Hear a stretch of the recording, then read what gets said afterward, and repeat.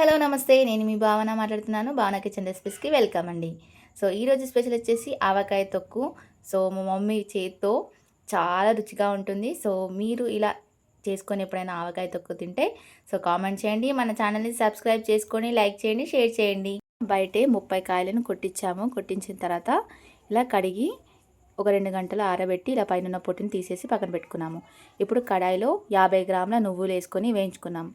ఇప్పుడు 3 స్పూన్ల జీలకర్ర వేసుకొని అందులో 3 స్పూన్ల మెంతులు వేసుకొని బాగా వేగిన తర్వాత చల్లారిన తర్వాత మిక్సీ పట్టుకోవాలి. ఇప్పుడు అదే మిక్సీలో ఆవాలు 1/2 కేజీ వరకు వేసుకొని మిక్సీ పట్టుకోండి.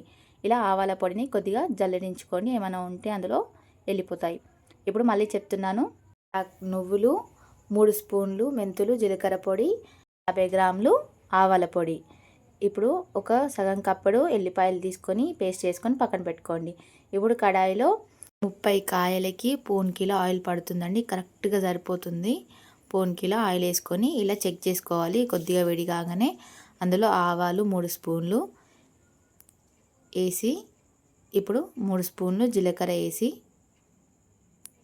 అందులోనే 1 స్పూను మెంతులు, 2 నుంచి 3 స్పూన్లు ధనియాలు, 2 స్పూన్లు నువ్వులు వేసి బాగా కలుపుకోండి. ఇప్పుడు స్టవ్ ఆఫ్ చేసేయండి. స్టవ్ ఆఫ్ చేసిన తర్వాత పూర్తిగా చల్లారనివ్వండి. ఇప్పుడు అందులోనే 3 కేజీల మనం మామిడికాయలకి 3 గ్లాసుల కారం పడుతుందండి కరెక్ట్గా.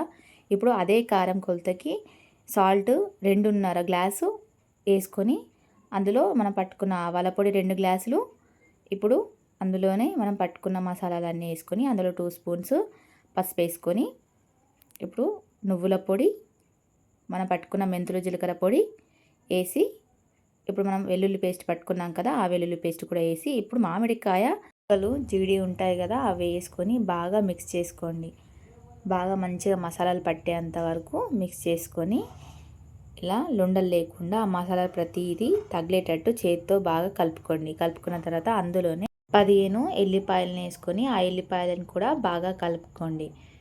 కొద్దిగా పక్కన పెట్టుకొని ఇప్పుడు ఒక టబ్లో మనం 3 కేజీల మామిడి ముక్కలను తీసుకున్నాం కదా, చూడండి ఇలా మొత్తం క్లీన్ చేసుకున్న తర్వాత ఇప్పుడు మనం కలుపుకున్నదంతా అందులో వేసుకొని బాగా కలుపుకోండి. ఆ మామిడికాయ ముక్కలకు అనేవి ఈ మనం వేసిన మసాలాలన్నీ బాగా పట్టేంతలా ఇలా మంచిగా కలుపుకున్న తర్వాత మంచిగా టైట్గా ఉన్న డబ్బాలో మనం ఎందులోనైతే మామిడికాయని స్టోర్ చేసుకుంటామో అందులో వేసుకొని, మామిడికాయ తొక్కు ఫేవరెట్ లేని వాళ్ళు ఎవరైనా ఉంటారా చెప్పండి?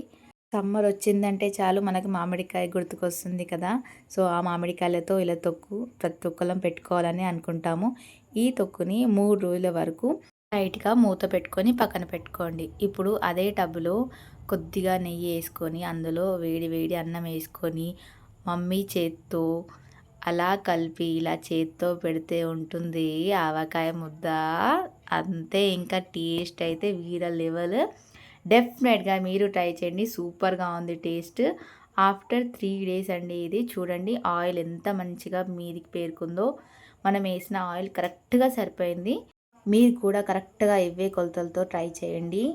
ఆవకాయ తొక్కు అనేది కరెక్ట్గా టేస్టీగా చాలా ఇష్టంగా తింటారు, నాది గ్యారంటీ. ఎందుకంటే ప్రతి ఇయర్ మా మమ్మీ ఆవకాయ తొక్కు చేసినప్పుడు చాలా ఇష్టంగా తింటాము, ఎందుకంటే చాలా టేస్టీగా ఉంటుంది మా మమ్మీ చేత్తో. అండ్ డెఫినెట్గా మీరు కూడా ట్రై చేయండి. అండ్ మన ఛానల్లో ఇంకొకటి వచ్చేసి మామిడికాయ సొప్ప తొక్కు కూడా ఉంటుంది, అది కూడా వీడియో చూసేయండి, ఫుల్ వీడియో. సో మన ఛానల్ని లైక్ చేయండి, షేర్ చేయండి, సబ్స్క్రైబ్ చేయండి. మరెన్నో డీటెయిల్ వీడియోస్ కోసం భావన కిచెన్ రెసిపీస్ని సపోర్ట్ చేయండి.